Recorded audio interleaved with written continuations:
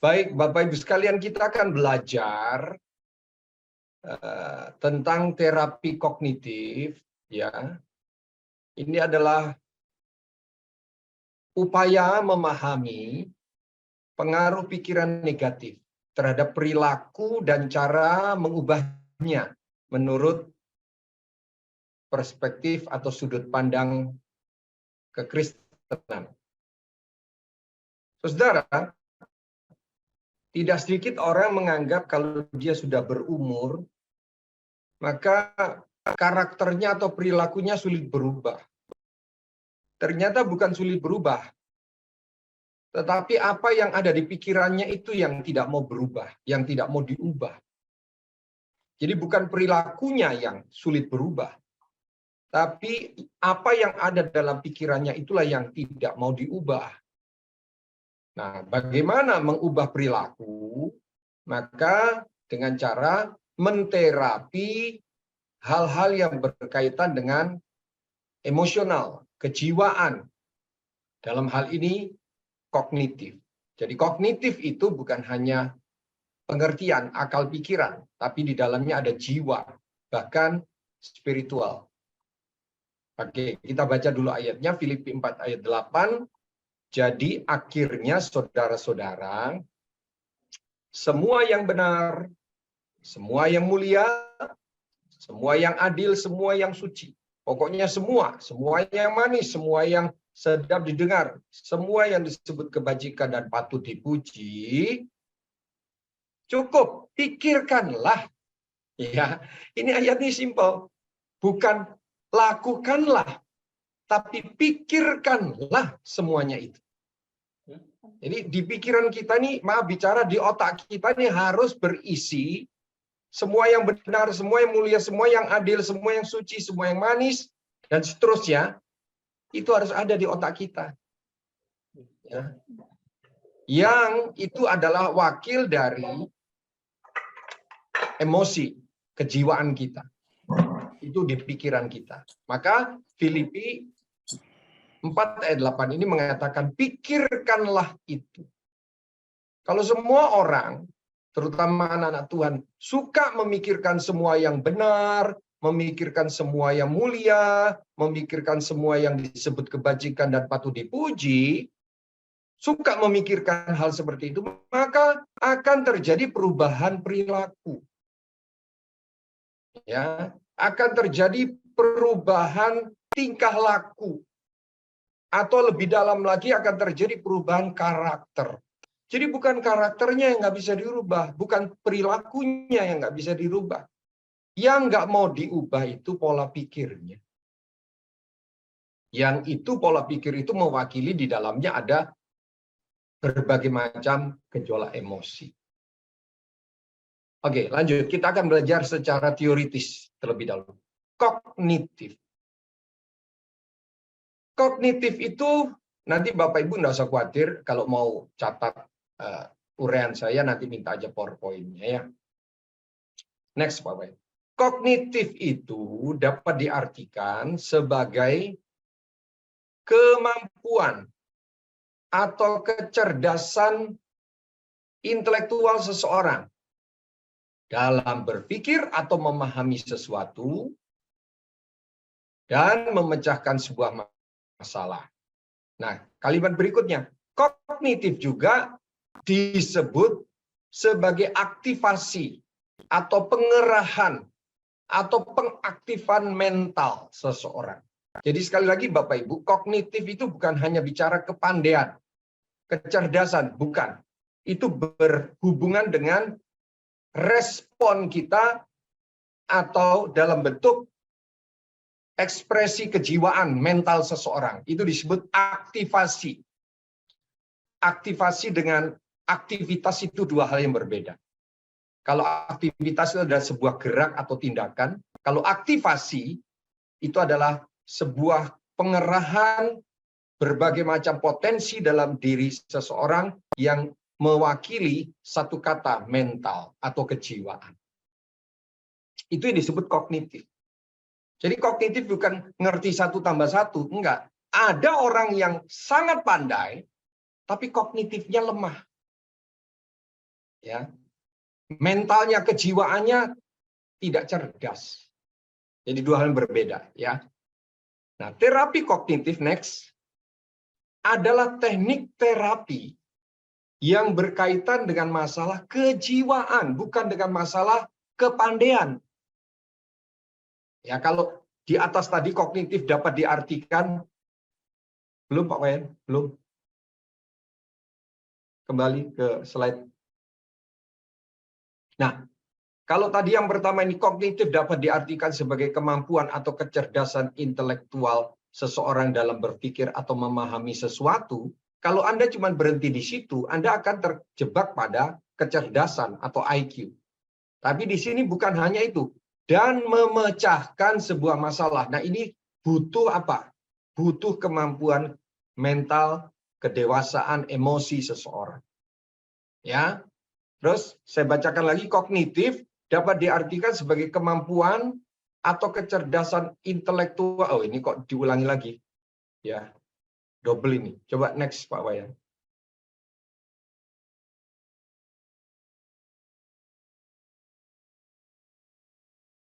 Ya, sebentar.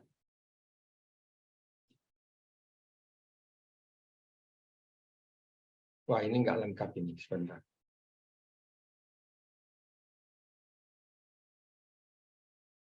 Oke. Ya. Terapi kognitif sebenarnya. Masih ada satu lagi ya. Terapi kognitif, saudara jangan baca slide ini dulu. Terapi kognitif itu adalah teknik terapi yang berkaitan dengan masalah kejiwaan.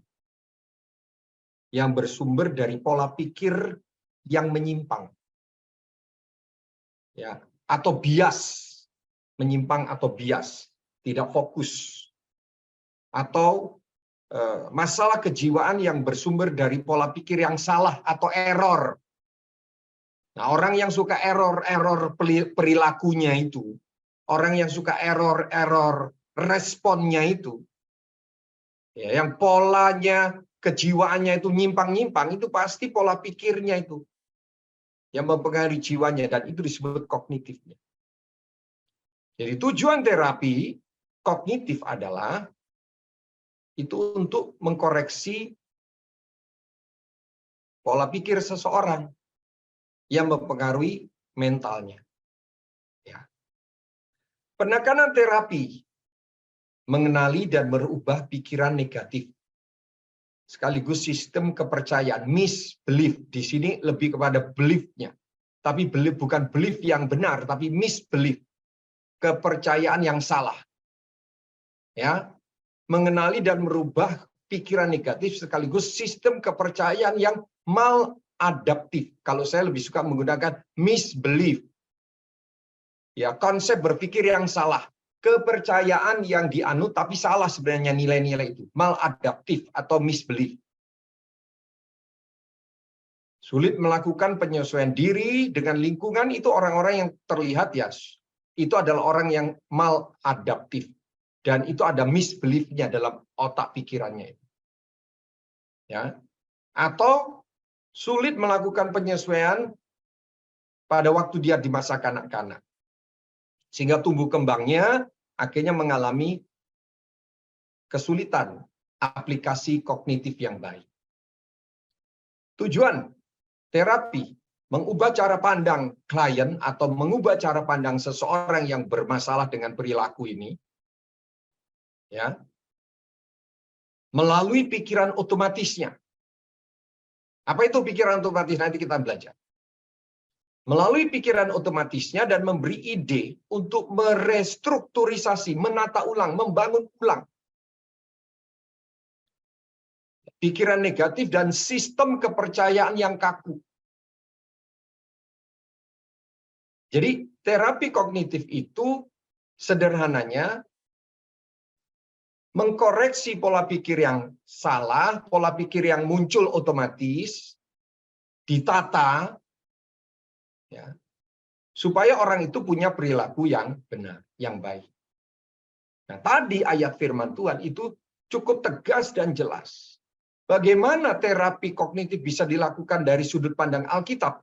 Isilah pola pikir kita, nilai-nilai kita dengan firman Tuhan.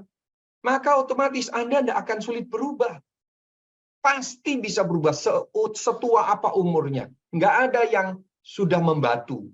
Kecuali memang kepala batu. Kecuali kepala batu. Nggak mau mengubah nilai-nilainya, nggak mau mengubah konsepnya. Gitu. Ya. Terapi kognitif lebih menekankan, Bapak Ibu sekalian, pada kapasitas klien dalam menemukan diri sendiri dan mengubah pola pikirnya untuk memperoleh ini, cara pandang yang berbeda terhadap dirinya dan sekelilingnya. Ya, terhadap dirinya dan sekelilingnya. Jadi, kita menolong seseorang untuk menemukan jati diri yang benar, lalu mulai pelan-pelan membantu dia mengubah pola pikirnya, pola pandangnya, terhadap dirinya maupun terhadap lingkungan. Ya. Saudara, otomatis, pikiran yang otomatis itu adalah pikiran ya yang muncul secara tiba-tiba di kepala seseorang dalam kehidupan sehari-hari. Dan pikiran otomatis ini Bapak Ibu ya berisi anggapan-anggapan, berisi tanggapan-tanggapan terhadap apa yang terjadi atau apa yang dia lakukan secara otomatis. Nanti saya akan kasih contoh. Dan ini pikiran otomatis ini paling sering mempengaruhi seseorang. Anda sering dengar nggak kata reaktif? Sering dengar kan kata reaktif? Nah, kata reaktif itulah yang dekat dengan apa yang disebut pikiran otomatis. Kita tidak boleh bertindak reaktif, tidak boleh. Karena orang yang bertindak reaktif itu banyak salahnya. Itu namanya orang yang emosional. Ya, orang yang tidak pikir panjang itu reaktif. Dan pikiran ini, Bapak Ibu sekalian, ya, sangat mempengaruhi apa yang dia lakukan, apa yang terjadi padanya, dan apa yang dia rasakan. Jadi hati-hati kalau Anda sedang kalut, Anda sedang sumpek, Anda sedang tersinggung, Anda sedang marah, lalu muncul sebuah pikiran yang tiba-tiba, nah cepat, cooling down, karena jangan-jangan itu adalah pikiran otomatis yang mendorong saudara merespon dengan cara yang salah. Nah, pikiran otomatis ini seringkali membuat seseorang memiliki perasaan-perasaan tertentu yang dominan daripada akal sehatnya. Ya. Tergantung dari apa yang muncul dalam pikirannya. Kalau itu pikirannya tiba-tiba berpikir positif, ya puji Tuhan. Tapi kalau itu tiba-tiba pikiran negatif, pikiran otomatisnya itu muncul yang negatif, wah itu bahaya. Contoh, ketika dia berada di sebuah pertemuan, ya semua teman-temannya bisa menjawab, lalu dia tidak bisa menjawab, langsung muncul pikiran negatif. Saya tidak pandai. Saya orang yang tidak beruntung. Nah, kalau itu yang muncul, lalu saudara turuti, saudara ikuti, nanti saudara akan menjadi orang yang mengalami kesulitan, menerima kenyataan, dan menyesuaikan diri dengan orang lain. Karena diatur atau dikendalikan oleh pikiran otomatis yang negatif. Pikiran otomatis itu juga bisa muncul dalam bentuk positif. Mendorong saudara untuk melakukan hal-hal yang positif. Contoh begini. Misalnya saudara berjalan dengan 4 teman saudara di malam Imlek gitu ya. Gitu ya. Ketika Anda jalan-jalan dengan 4 teman saudara, lalu saudara pulang ke rumah atau ke kos, Anda merasa bahagia, Anda merasa senang. Lalu tiba-tiba muncul pikiran otomatis saudara, tiba-tiba, lain kali aku tak jalan-jalan lagi. Nah, itu adalah pikiran-pikiran otomatis yang muncul. karena saudara merasa bahagia, merasa senang. Lalu muncul respon dari rasa itu. Enak lain kali jalan-jalan lagi. Tapi sebaliknya, kalau saudara malam Imlek jalan-jalan dengan teman-teman saudara, lalu saudara merasakan tidak nyaman, saudara nggak diajak bicara dan sebagainya, saudara pulang kos atau pulang rumah, tiba-tiba muncul, nggak enak jalan-jalan. Nah, itu pikiran-pikiran otomatis itu harus dimengerti, saudara. Itulah yang mengendalikan perilaku kita berikutnya, emosi kita. Nggak enak, aku nggak diajak bicara, nggak mau lagi jalan-jalan dengan mereka. Padahal itu belum tentu kebenaran itu yang ada di pikiran otomatisnya itu sesuatu yang benar. Nah, saya perhatikan cukup banyak orang-orang di sekitar kita yang punya pikiran-pikiran otomatis ini. Termasuk kita. Tapi kita bisa membedakan ini yang positif atau negatif. Yang negatif kita redam. Yang positif kita atur. Ekspresikan dalam bentuk yang lebih baik. Ya. Nah, saudara, terapi kognitif itu lebih menekankan kapasitas kemampuan seseorang dalam menemukan jati dirinya, ya, supaya dia bisa mengubah pola pikirnya sendiri, ya, supaya dia punya cara pandang yang berbeda. Jadi, saudara, terapi kognitif ini nggak bisa dipaksa. Perilaku seseorang berubah nggak bisa dipaksa. Makanya kita ini perlu baca Alkitab.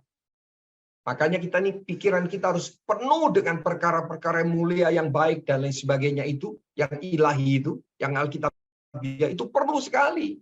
Sehingga ketika Anda menghadapi situasi tertentu, keadaan tertentu, maka pikiran otomatisnya itu pikiran otomatis yang positif dan terkendali. Automatic thought, cara berpikir secara otomatis muncul, itu sudah bisa kendalikan. Ya. Next. Terus Pak Wayan? Ya. Prinsip dasar terapi kognitif adalah diarahkan untuk mundur dulu Pak Wayan. Mundur. Prinsip dasar terapi kognitif diarahkan untuk memunculkan kesalahan-kesalahan atau kesesatan-kesesatan di dalam berpikir. Jadi seseorang yang sedang diterapi kognitifnya, itu diajak berdialog. Contoh gini, misalnya ya, Pak Wayan bilang gini, Pak Rudi, saya enggak suka jalan-jalan malam Imlek kemarin. Aduh, dengan 4 orang itu enggak enak, enggak menyenangkan. Nah, lalu dia ngomong, lain kali aku tidak mau jalan lagi dengan mereka. Nah itu, kalau ketemu dengan saya akan terapi berpikirnya itu. Terapi kognitifnya itu. Dengan cara memunculkan kesalahan-kesalahan yang dia pikir. Kesalahan-kesalahan yang muncul di pikirannya. Saya akan tanya gini, Pak Wayan, seperti apa sih tidak enaknya itu? Itu pertanyaan terbuka ya, dalam teknik konseling. Kalau dalam teknik menasihati, pasti kita akan potong. Pak Wayan ini gitu aja kok. Itu udah putus pembicaraan. Nah, kita banyak ngomongnya kayak gitu.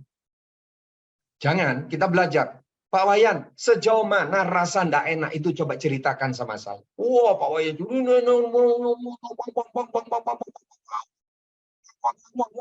gitu ya.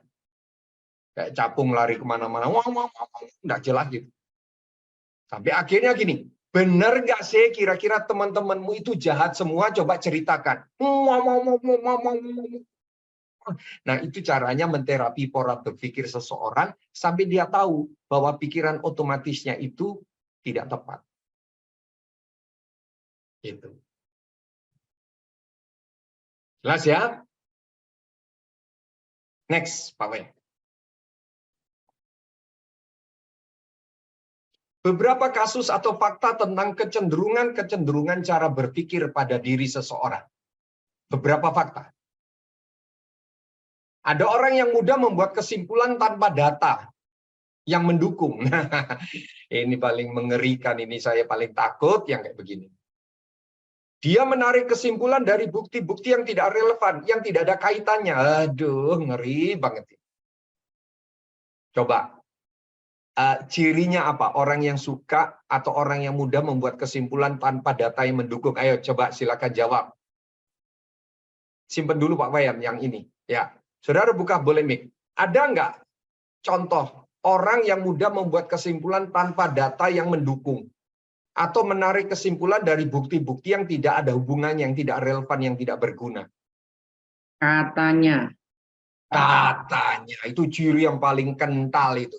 Loh, kamu dengar dari siapa? Katanya orang itu, saya pereketek, leketek.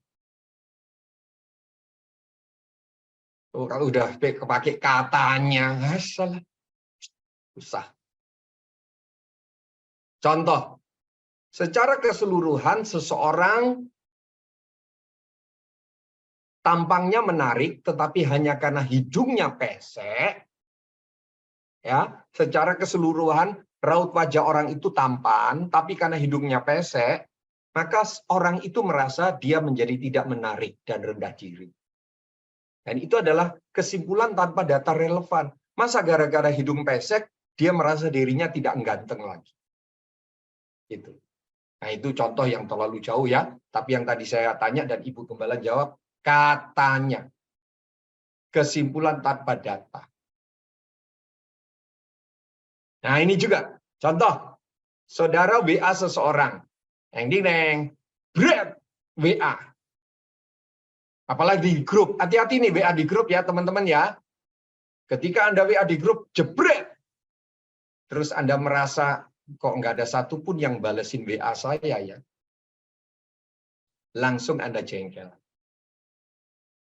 Padahal Anda nggak tahu yang nggak balesin WA itu kenapa. Lalu Anda sok pinter toh, Anda buka toh yang tanda seru itu kan. Ya toh? Yang di grup itu kan ada tanda seru itu. Untuk mengetahui apakah pesan saya dibaca apa enggak oleh si A, si B. Misalnya, oh saya tahu ini Pak Kurniadi baca, Pak Wayan baca, Ibu Gembala baca, tapi nggak balesin. Lalu langsung menyimpulkan, dia tidak peduli dengan saya. Hati-hati ada setan di situ, saudara.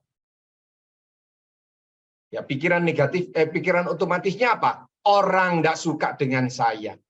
Ayo, siapa yang suka begitu? Padahal saudara nggak tahu. Saya pun kadang-kadang begitu. Ya, di grup itu paling rawan. Jangankan grup yang besar kayak grup GP Shalom, grup GK. Hanya saya berempat loh, Daniel, Joshua, papa mamahnya. Itu bisa salah paham loh. Kami sudah buktikan itu, kami sudah buktikan. Biasanya kan orang bilang, kalau pesan seseorang dalam grup itu sudah dibaca semua, berubah menjadi biru. Berubah menjadi biru, atau ada keterangan, dibaca. Ternyata itu nggak tepat, nggak akurat. Kami sudah tes itu. Ketika Ibu kirim pesan, kami sengaja tes, ya.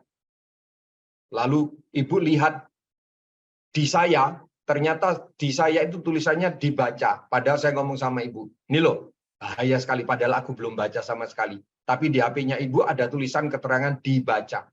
Itu bisa membuat perceraian suami istri, saudara. Hanya gara-gara itu. Salah paham. Apalagi kalau suaminya ada indikasi selingkuh, lebih gawat lagi. Oke, cepat saja. Ini banyak bahannya sebenarnya. Kalau nggak sempat, nggak apa-apa. Ya. Ada yang meyakini suatu kejadian untuk diterapkan secara tidak tepat pada situasi lain. Menyimpulkan suatu kejadian negatif yang khusus sebagai kejadian negatif secara umum. Ini juga nggak boleh nih. Ya. Contoh, seorang anak yang memiliki pengalaman ayahnya berselingkuh. Seorang anak memiliki pengalaman ayahnya berselingkuh. Maka anak itu akan tumbuh keyakinan bahwa semua laki-laki suka selingkuh. Nah, ini namanya yang khusus dijadikan umum. Ini nggak boleh. Contoh, seorang suami yang kasar terhadap istrinya menimbulkan keyakinan bahwa pria adalah sosok manusia yang kasar. Nah, ini juga nggak boleh. Ya. Jadi saudara mesti tahu beberapa kasus atau fakta kecenderungan orang yang berpikir salah dan itu harus diterapi pola pikir. Terus,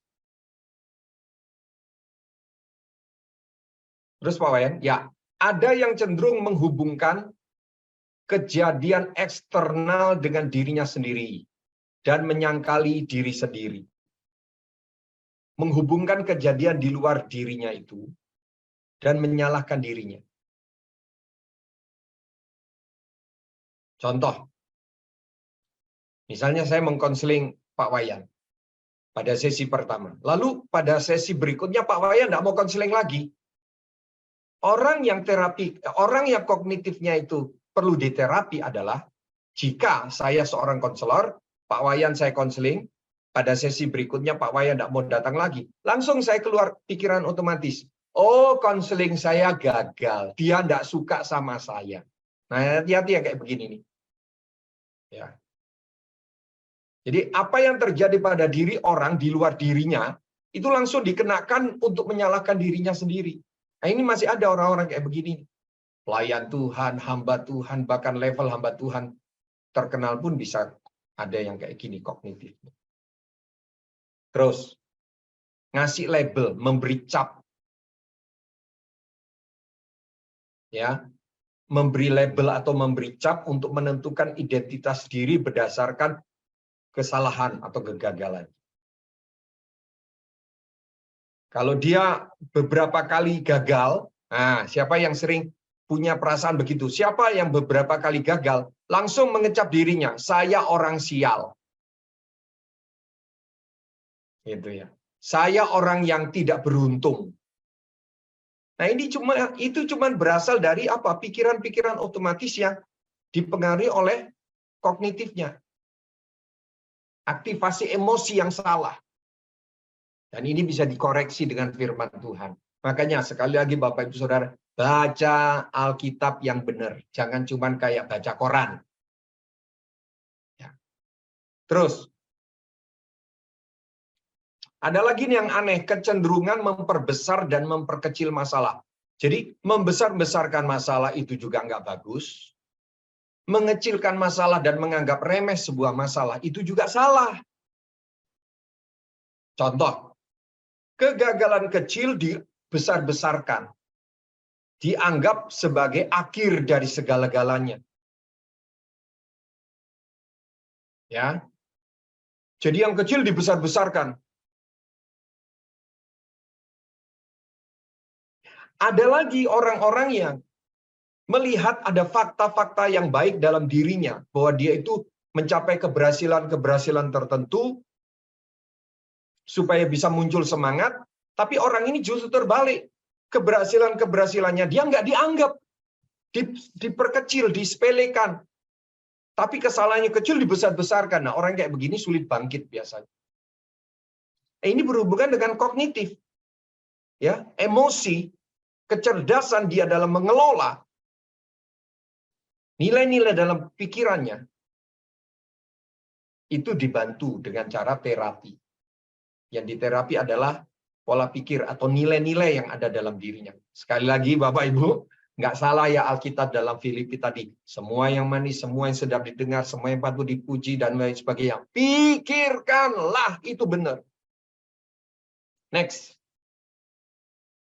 Ada juga yang men-setting pikirannya dengan pernyataan harus atau sebuah keharusan.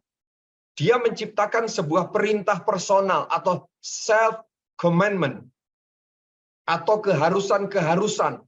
Atau tindakan yang semestinya. Misal, saya harus menerima kenyataan. Saya harus suka sama orang itu. Saya harus. Nah, orang kayak begini menghukum dirinya sendiri. Dan biasanya orang kayak gini perilakunya paling aneh dan menyimpang di antara teman-temannya. Karena memang, kenapa ini muncul? Karena pola asuh masa kecilnya, nilai-nilai yang dia dapatkan ketika dia masih kecil, itu semua tidak sinkron dengan kebenaran yang harus dihidupi. Terus, saya akan sampai pada bagian terakhir. Ya. Bapak Ibu, Roma 12 ayat 12 bilang begini.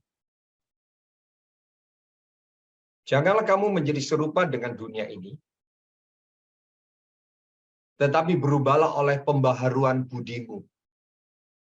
Pembaharuan budi. Budi itu bukan cuma akal, 1+1. Budi itu bukan cuma kepandaian. Indeks prestasinya hampir 4, bukan. Budi itu melibatkan hal-hal yang berkaitan dengan kejiwaan dan spiritual. Sehingga kamu dapat membedakan manakah kehendak Allah, apa yang baik, yang berkenan kepada Allah, dan yang sempurna. Jadi, kita harus mengubah budi kita. Caranya bagaimana? Nilai-nilai hidup kita ini yang kita percayai harus diubah. Caranya bagaimana? Baca firman Tuhan. Isi konsep hidup kita dengan firman Tuhan. Kalau Tuhan bilang ampuni, ampuni, isi. Jangan berontak. Jangan, nggak bisa. Sakit, nggak rela, nggak mau. Ya sudah, jadi orang aneh. Kalau firman Tuhan bilang mengalah, mengalah. Berkati, berkati. Jangan menghakimi. Jangan menghakimi, jangan menilai orang. Praktekkan. Kalau enggak, ya kita akan enggak pernah berubah, sekalipun udah bertobat 15 tahun yang lalu. Karena yang lama enggak mau dibuang. Yang tumbuh kembang sejak kecil, penuh dengan gesekan dan nilai-nilai yang tidak terkoreksi dengan baik, ya dia tumbuh kembang jadi seorang Kristen, pelayan Tuhan, majelis gereja, gembala sidang, yang kognitifnya menyimpang. Ya, mengalami maladaptif, punya banyak misbelief dalam dirinya. Filipi 2 ayat 1-3. Ini ayat terakhir. Kalau ada yang mau bertanya, saya berharap banyak yang bertanya. Efesus 2 ayat 1-3. Kamu dahulu sudah mati karena pelanggaran-pelanggaran dan dosa-dosa. Kamu hidup di dalamnya karena kamu mengikuti jalan dunia. Ya. Dulu. Karena kamu mentaati penguasa kerajaan angkasa, yaitu roh yang sekarang sedang bekerja di antara orang-orang durhaka. Sebenarnya dahulu kami semua juga terhitung di antara mereka. Ketika kami hidup di dalam hawa nafsu daging dan menuruti kehendak daging dan pikiran-pikiran kami yang jahat. Ternyata pikiran-pikiran yang jahat itu bisa menciptakan apa, saudara? Perilaku-perilaku yang jahat. Masuk dalam golongan orang durhaka. Kenapa? Ayat 3 itu. Pikirannya jahat. Maka dia hidup dalam hawa nafsu. Pada dasarnya kami adalah orang-orang yang harus dimurkai sama seperti mereka yang lain. Jadi mari Bapak Ibu sadari, kenapa saya ini sulit berubah? Mungkin dalam hatimu berdoa. Saudara bukan sulit berubah dalam tingkah laku, tapi tidak mau berubah dalam pola pikir, nilai-nilai. Coba rendah hati, buka hatimu. Kalau ada orang yang nasihati saudara, nasihat itu sesuai dengan firman Tuhan. Jangan dibantah. Jangan selalu cari jawaban-jawaban untuk membenarkan perilakumu yang aneh menurut orang. Dan memang aneh, bukan orang menghakimi. Gitu. Saudara selalu melihat sesuatu atau orang dengan sudut pandang yang selalu menghakimi, selalu membesar-besarkan kesalahan orang, selalu memberikan label, ya selalu mengembalikan kejadian-kejadian yang tidak ada kaitan dengan saudara kepada kesalahan diri saudara sendiri. Lalu saudara menjadi orang merasa tidak berharga, lalu menjadi sensitif. Mari kita minta Roh Kudus bantu kita. Apalagi saudara pada level aktivis gereja, entah aktivis gereja itu pelayan Tuhan, pengurus gereja, hamba Tuhan, bahkan pada level bukan hanya aktivis pemimpin gereja. Sulit, Bapak Ibu, kalau kita nggak mau kognitif kita diterapi. Jelas ya? Jadi, saudara, saya kasih contoh sebagai penutup. Sederhana saja. Bagaimana seseorang yang trauma dengan cacing, kalau lihat cacing itu dia bisa nadinya 101 menit ketukan. Terus detak nafasnya agak berat. Bagaimana caranya menterapi seseorang yang trauma dan takut sama cacing? Sebenarnya gampang kalau orang itu mau diterapi. Tapi kalau orang itu nggak mau diterapi susah. Sebenarnya gampang. Caranya apa? Caranya adalah misalnya nih Pak Wayan lagi saya kasih contoh ya. Pak Wayan takut sama cacing. Saya sih nggak percaya orang segede Pak Wayan takut sama cacing ya. Contoh. Contoh Pak Wayan takut sama cacing. Supaya Pak Wayan tidak lagi takut sama cacing, maka saya harus masuk dalam konteks terapi kognitif. Terapi kognitif. Pelan-pelan gini. Caranya apa? Nggak bisa saudara paksa. Pak Wayan mau nggak jadi orang yang nggak trauma dan nggak takut sama cacing? Asal Pak Wayan mau saja, saya bisa tolong. Saya mulai cerita. Oh Pak Wayan mau ya? Mau. Saya mulai cerita. Pak Wayan, ada seekor cacing. Coba Pak Wayan bayangkan. Dia langsung ya. Nggak apa-apa, baru cerita gitu. Biarin, belum gagal itu, belum gagal. Nanti ketemu lagi, Pak Wayan gimana? Asal mau loh ya, kalau nggak mau susah. Pak Wayan mau berubah gak? Supaya nggak takut sama cacing. Iya, ayo. Ada seekor cacing, Pak Wayan. Dan menurut penelitian, cacing-cacing ini kalau dicuci, dibersihkan, itu ada gizinya. Oh, Pak Wayan mulai kaget. Oh, binatang menjijikkan gitu. Nah, ya gitu kan. Dan mulai ada interest. Mulai ada interest tentang cacing. Mulai bisa diajak bicara tentang cacing. Kalau hari pertama, wah. Kalau dia sudah mulai nyaman dengar cerita tentang cacing, pelan-pelan saya tunjukkan gambar cacing di kertas. Ini loh Pak, wah, gitu, teriak dia. Gak apa-apa, nanti next kita tunjukin lagi kan. Oh, dia mulai tenang. Setelah mulai tenang, coba Pak Wayan pegang nih gambarnya. Nah, kira-kira begitu, saudara. Menterapi seseorang sampai pola pikirnya bahwa cacing itu menjijikkan, cacing itu berbahaya, cacing itu tidak menyenangkan, pelan-pelan berubah. Lama-lama dia bisa pegang cacing sungguhan. Itu namanya terapi kognitif. Menterapi perilaku yang takut dengan cacing. Siapa yang takut sama anjing? Siapa yang takut sama ini? Ada pria-pria takut sama kecoa. Ya, ada pria-pria takut sama tikus. Pria gagah perkasa takut sama tikus. Ya, itu sebenarnya kalau dia mau berubah, saya bisa bantu menterapinya pelan-pelan. Oke, saya rasa cukup. Kita punya waktu 6 atau 7 menit sampai dengan 50. Silakan kalau ada yang bertanya atau di sini mau cerita. Saya ini Pak Gembala takut sama uang 100.000. Wah, siapa yang sedang takut dengan uang 100.000? Gampang terapinya. Masukkan amplop, kasihkan ke saya, selesai. Mumpung 100.000 itu kan merah, ini kan lagi musim-musim merah-merah ini 2 hari lagi ini. Silakan open mic, katanya admin saya, Mbak Levia. Silakan kalau bertanya, yo. Ini masih ada waktu, saudara. Saudara pasti ngeh malam ini. Ada banyak pikiran-pikiran otomatis yang harus kita kendalikan. Dan itu harus diterapi. Mau tanya, Pak? Yes, semoga pertanyaan Pak Jimmy meramaikan 2 hari sebelum Imlek ini. Silakan. Harus itu kan bukan berarti suatu keharusan ya, Pak? Iya, betul. Jadi Karena dia kalau keharusan itu bisa menjadi sesuatu yang negatif. Tapi kalau harus itu bisa membuat sesuatu orang memotivasi, kalau saya bilang. Ya. Kolek ya suara saya, masih dengar? Ya, agak sedikit putus-putus. Lanjut, Pak. Oh iya, internetnya hang ini. Jadi kalau saya lihat satu harus dengan kalau harus itu belum tentu berarti suatu keharusan. Kalau keharusan itu menjadikan orang sesuatu yang menjadi negatif, tapi kalau harus itu bisa memotivasi seseorang.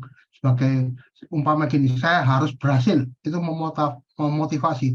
Tapi kalau suatu keharusan, itu akan orang itu akan menjadi tertekan.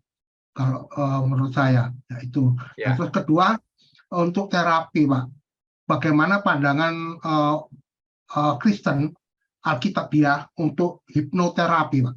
Terima kasih, itu aja. Ya, oke. Saya menjawab tentang orang yang punya kecenderungan untuk mengatakan harus, mesti. Ini sebuah keharusan. Itu akan menjebak dirinya pada situasi yang salah. Pada respon yang salah. Sesuatu keharusan yang disampaikan dengan benar, itu tidak akan membuat orang itu bertindak satu kesalahan. Jadi saya tidak mau kita ini tidak punya konteks yang benar dalam mengucapkan sebuah keharusan. Ya, sebab keharusan bagi si A belum tentu keharusan bagi si B. Jadi lebih baik kita memberikan saran. Bagaimana kalau kamu pergi ke Bedugul saja? Beda dengan pokoknya ini satu keharusan ya, kamu harus ke Bedugul. Nah, itu salah. Saya setuju dengan Pak Jimmy. Itu bisa nikah. Nah, saudara, hipnoterapi. Hipnoterapi itu, Bapak Ibu sekalian, sepertinya memang tidak menyalahi kebenaran firman Tuhan, tetapi nanti orang yang mengikuti hipnoterapi itu ya, sama dengan terapi kognitif, kalau tidak dilakukan dengan benar oleh orang yang ahli, maka akibatnya misal gini, saya menterapi Pak Wayan dengan melakukan terapi kognitif. Saya akan bimbing dia. Saya akan mengajari Pak Wayan untuk menemukan nilai-nilai yang salah. Saya akan menemukan mengajak Pak Wayan untuk menemukan hal-hal yang wajar, tidak boleh dibesar-besarkan. Tapi kalau saya tidak ahli dalam menterapi Pak Wayan, karena saya tidak belajar hanya sekedar misalnya, maka saya akan menjadikan Pak Wayan sebagai orang yang tidak pernah mengakui kesalahannya. Dia bisa selalu menerima kesalahannya sebagai sesuatu yang normal dan wajar. Itu bahaya. Itu bahaya. Sebab manusia itu punya kesalahan. Dan kesalahan itu harus dia tanggung. Kesalahan itu harus dia perbaiki. Nggak boleh dia memperkecil kesalahannya supaya dia tetap tenang, tidak menjadi bersalah. Nggak boleh. Dalam konsep terapi kognitif tidak boleh membuat klien akhirnya merasa dia tidak punya tanggung jawab dalam hidup. Itu tidak boleh. Nah, sama terapi kognitif, terapi hipnoterapi, ya, orang akan menghidupi masa lalunya dan tidak memiliki tanggung jawab untuk ke depan. Karena dia kan cenderung dibangkitkan, diingat-ingatkan masa lalunya supaya dia tidak lagi trauma, tidak lagi takut, tidak lagi sakit hati, tidak lagi marah. Ya. Nah, dalam konteks hipnoterapi Pak Jimmy dan teman-teman, dalam konteks hipnoterapi untuk kesembuhan psikologi seseorang masih dibenarkan. Masih dibenarkan. Tapi hipnoterapi untuk membawa seseorang kepada alam bawah sadar, untuk masuk ke alam roh yang lain, untuk mulai mengalami satu kondisi, apa namanya itu? Kayak orang mengalami kesurupan gitu ya.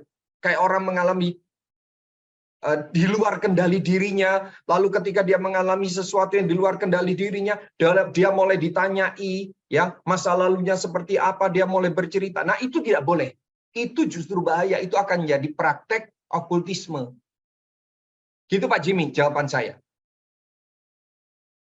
Ya, terima kasih Pak atas penjelasannya. Karena hipnoterapi itu kan bisa diterapkan seperti yang Pak Rudi ceritakan. Kalau seandainya mencontohkan Pak Wayan takut dengan cacing, itu kan juga dengan hipnoterapi bisa dilakukan, Pak. Bisa. Jadi, sejauh itu untuk melakukan sesuatu yang jelas dan tidak menyalahi aturan firman Tuhan. Boleh. Oke, siap. Terima kasih Pak penjelasannya. Makanya Pak Jimmy, pernah ada orang bertanya sama saya, hipnoterapi itu boleh apa tidak? Saya mau tanya dulu, kamu menjalani hipnoterapinya kayak apa? Coba ceritakan. Jadi saya tidak serta-merta bilang tidak boleh, saya juga tidak serta-merta bilang boleh. Case-nya seperti apa? Begitu ya Pak Jimmy ya? Ya, siap-siap Pak. Terima kasih Pak. Ya. Silakan. Ada yang lagi mau bertanya? 1-2 menit lagi ya Pak Wayan ya, tidak apa-apa ya. Ya. Silakan Bapak Ibu. Ada tidak? Baik. Kalau tidak ada, kita berdoa, kita mengucap syukur apa di room chat ya. Bentar, saya lihat dulu. Bagus tadi bertanya.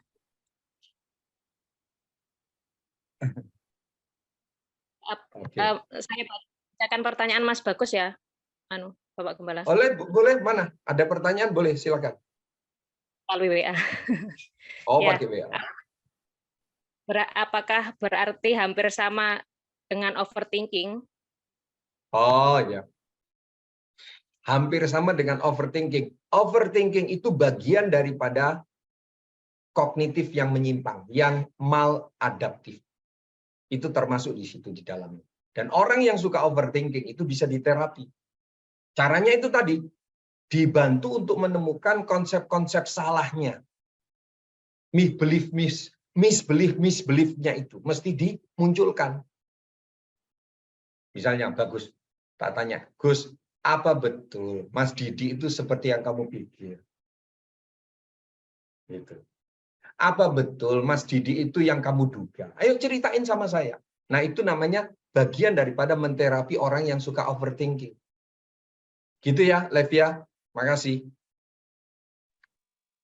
Iya, Mas Bagus, terima kasih. Oke. Nanti Esther yang mau rekamannya bisa minta dengan siapa? Pak Wayan ya. Pak Wayan bisa ya. Nanti setelah rekamannya bisa kita kemas dengan baik. Oke. Nanti kalau sudah dikemas dengan baik nanti akan di-share. Nanti itu akan ada channel YouTube yang private yang akan mudah diklik oleh siapapun yang punya link yang kita share secara personal ya. Ya, Bisa. kemungkinan besok biasanya ya baru bisa di-share ya setelah dikemas yang baik. Ya. Bahkan kobar-kobar yang lalu-lalu sebenarnya ada rekamannya juga kalau saudara mau. Oke, Tuhan memberkati. Terima kasih. Ibu Gembala berdoa dan doakan juga untuk menara doa sinode jam 9 malam nanti. Baik, kita berdoa ya. Bapak, kami ucap syukur untuk setiap pelajaran yang Tuhan izinkan kami dengarkan dan kami boleh praktekkan melalui pemuritan yang kami sudah dengar, Tuhan.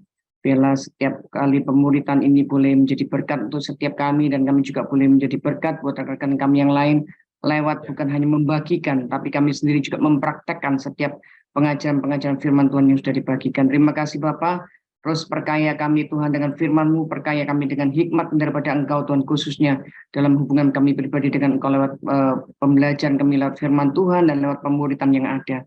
Kami serahkan menara doa sebentar Tuhan, menara doa GPI akan berlangsung jam 9 nanti, kami serahkan semua tangan-Mu, bila Tuhan juga memberkati. Terima kasih buat berkat anugerah Tuhan, kami serahkan tangan-Mu juga untuk besok doa pagi, mesbah doa pagi bersama-sama. Kami boleh mengucap syukur buat anugerah untuk setiap kesempatan yang Tuhan berikan atas kami untuk boleh bersama-sama terus menambah iman kami di dalam Engkau ya Bapa. Terpujilah nama-Mu Tuhan, kami serahkan tangan Tuhan dalam nama Tuhan Kristus, kami sudah berucap syukur, haleluya. Amin. Terima kasih Pak Wayan sudah dibantu.